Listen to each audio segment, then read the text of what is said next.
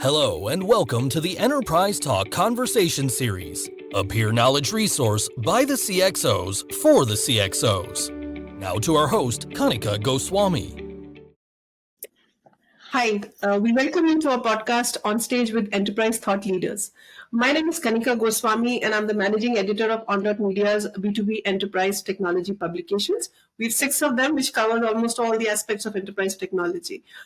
We have these engaging conversations with global thought leaders and industry experts. And I'm told they reach over 1.3 million business leaders worldwide. So today we have Grant Simmons and a very interesting conversation of a topic that I don't entirely understand. So we'll ask Grant to enlighten us. But before that, let me just give a small background. Google's plan to fully deprecate the Firebase Dynamic Links by August 2025 means that businesses that are relying on FDL must act now to avoid broken links and disrupted user experience. So Grant Simmons, who's the vice president at Kochava Foundry, he will share some insights on the essential best practices for a smooth migration, highlighting why companies should begin the transition immediately and how we should get about doing it. Welcome to the show, Grant. It's great to have you here with us today. Oh, thank you so much, and thank you for the opportunity. Yeah, hi folks, I'm Grant Simmons. I'm VP of a group called Foundry inside of Kochava, and Kochava is a mobile measurement provider, of which there's a few around. So you think like AppsFlyer and Branch and Singular and Adjust. And then my role inside of Foundry is me and my team are the strategic consulting division. And so this sort of takes on two forms. One is we're an extension of some brands' analytics teams. We meet with them regularly. We have test and learn strategies for things like, Firebase link deprecation. We will do the audit of where those links are, what they need to do, come up with a game plan for mitigation, et cetera, et cetera. And we'll chat about that a little bit today. The other side of it is advanced measurement. And so trying to understand the efficacy of, let's say, ads that are happening on the living room device within a CTV environment. What's the effectiveness on performance and mobile downloads? And so that's sort of the other thing we do as well. And so I think it's important when we talk about Firebase link deprecation, just for the audience, what is Firebase to begin with? And does Firebase go away? Yeah, so maybe let's start there. How's that sound? So yeah, Firebase is a platform developed by Google. It's been around for a long time. It was sort of a not a fast follow, but a follow on to, let's say, Google Analytics. But it was think about it like Google Analytics, but for the mobile scene, right? And it has link features, and it had tracking features, and it has crash analytics features and things like that. Effectively, if we think about the Firebase Dynamic Link, what is it? It's this thing known as a deep link, right? So let's say that you've got a fast food app, and folks can order food inside of that fast food app, and you have a promotion for, let's say, a new drink that's coming out. And so that new drink is on all of your creative, and it's only available in app, and you have to download the app to get it. And so when folks click that experience, they're expecting to, after you download the app, to actually be brought to that promotion. They don't want to just be dropped right in front, right? So it provides this seamless experience. And so there's this notion of a deep link or a deferred deep link. A deep link is they already have the app on the phone. You're going to take them straight to that promoted experience. A deferred deep link is the app is not on the device.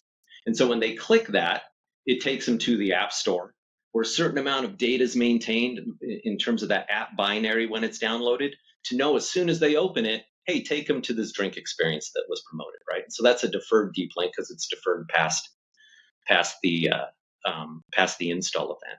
And so that specifically is what's getting deprecated. And so the question might be, well, why is it going away? And the reality is Google's sort of moving out of this space a little bit. If we think about like what's left in Firebase after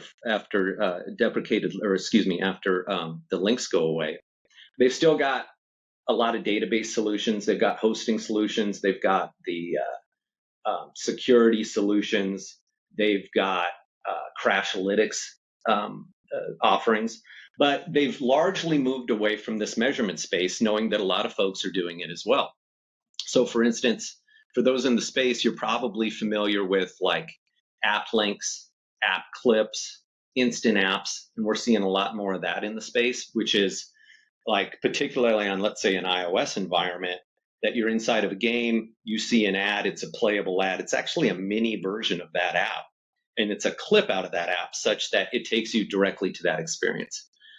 Being in the MMP space, MMPs are actually handling that function quite often, right? And if we think about, like, out of all the thousands of Kochava clients, how many folks are using Firebase links to begin with? It's about a third of customers.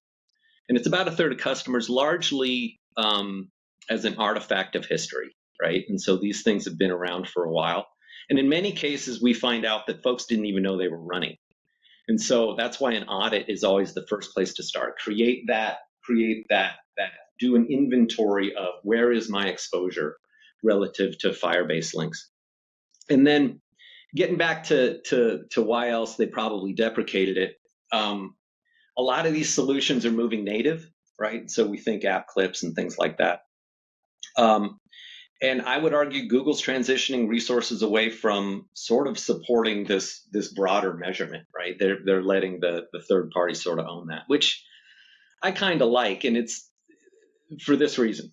If we think about, and this is what Kochava looks like, and I think the other MMPs are probably the same way, is if we were to look for, let's say, the last quarter, and if we were to take all of the mobile conversions that we attributed, so installs and hamburgers purchased, naps and movies watched, and all of those post-install events, track back to media, in terms of the referring media, when an install is attributed, 63% of the time it's attributed to a Google property, right? And so that's through the Google App Campaign integration, which is that collapsed YouTube search and display integration for mobile.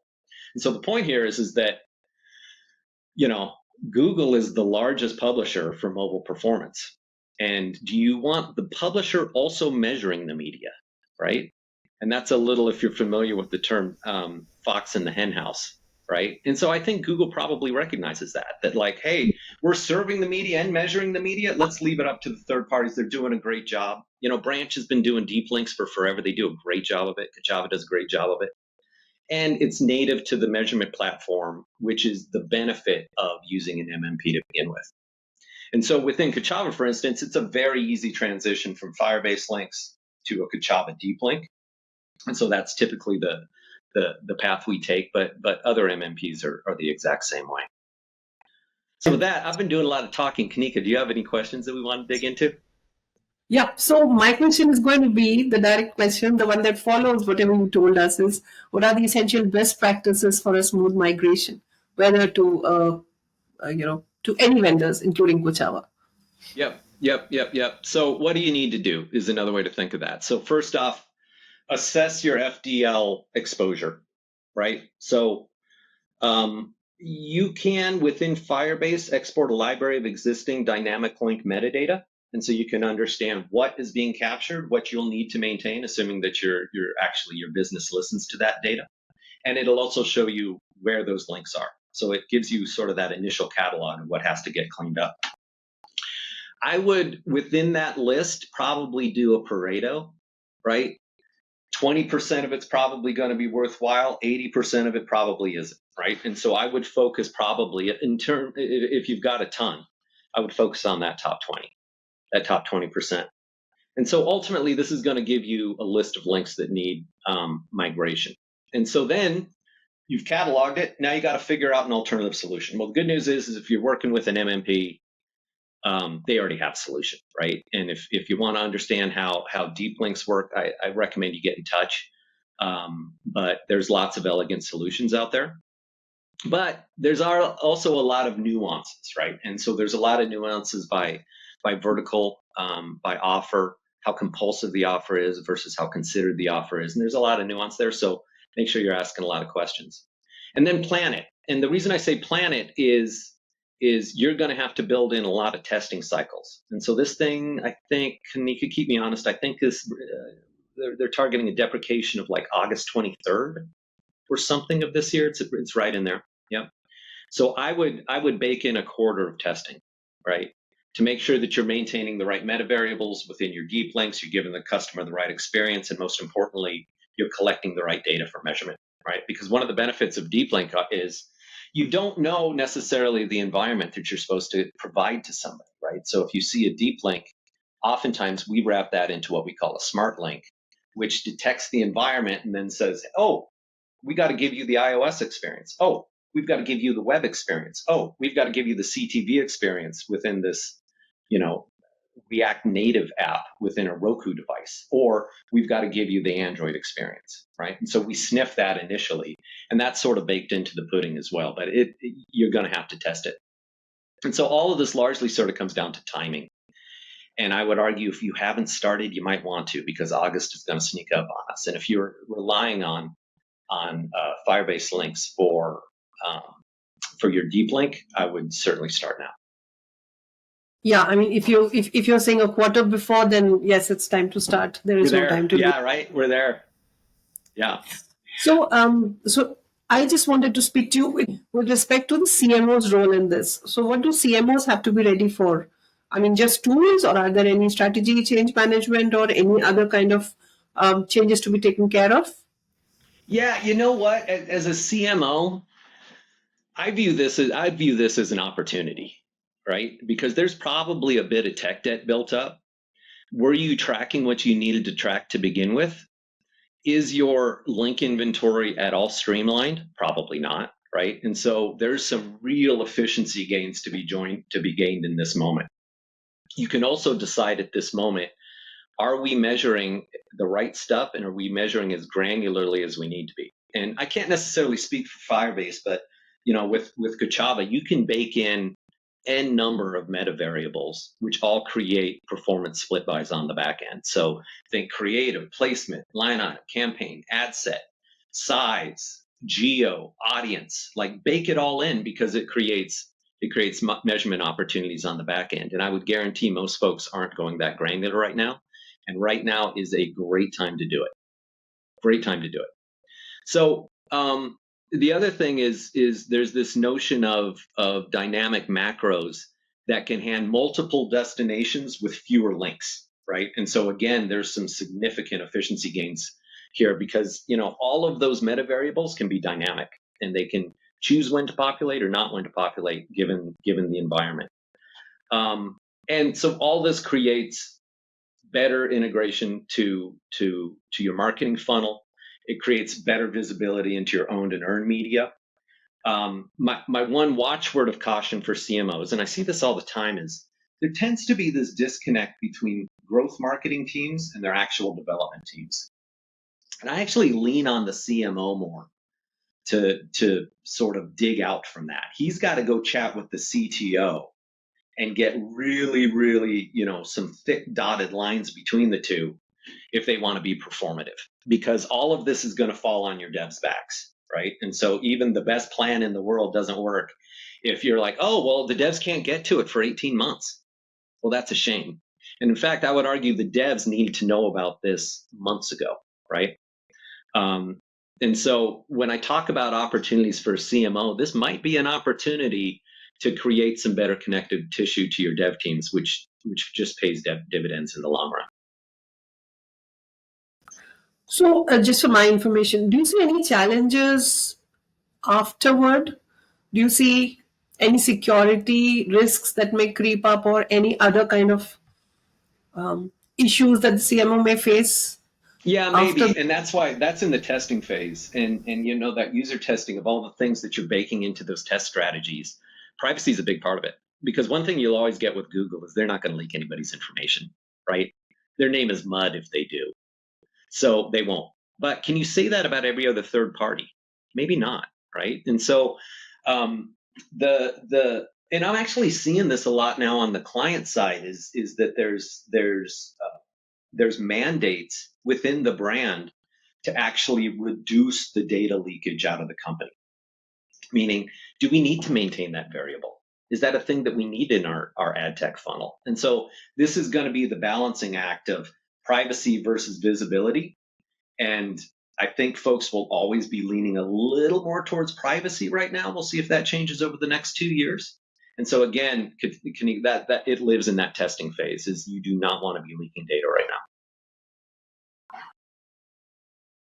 now. And what are the major factors that CMOs should consider for ensuring that the new deep linking solution is efficient, effective, and can provide long-term agility, strong connecting fiber that you were referring to? What is it? What are the factors that they should watch out for and also put in place? Yeah. Do you have a deep link strategy to begin with? Do you have a marketing calendar that you could point to and understand all of the deep linking for deep linking you want to do in the next 9 months? Right? Do you have strategy? That's first and foremost. Beyond that, and there's another consideration is that, many of these Google tools are free. When we start talking about third parties running deep links, it ain't free, right? But chances are most of these folks are working with an MMP, and that's at least in our case, it's part of the deal, right? We're not charging you extra for deep links. But there is a cost typically involved of moving from Firebase to, let's say you're not on an MMP or a mobile measurement provider at all. That's going to be a big jump. So then you got to get into pricing considerations and what's data retention and how do they ag data and what are the tables we're allowed to get to, and is there an upcharge if I want to get to more data? And in some MMPs, unfortunately, there is, and you don't know that till you get into it. And so you really got to do your due diligence. So, and this question is not there in the list. So this is, just a thought. I love it. Surprise questions. So what I actually wanted to know was that if a CMO has to sell the idea to a CFO, and you just said it's not going to come free, so definitely there has to be some budget allocation, some CFO approvals, maybe even CIO approvals for a particular piece of technology.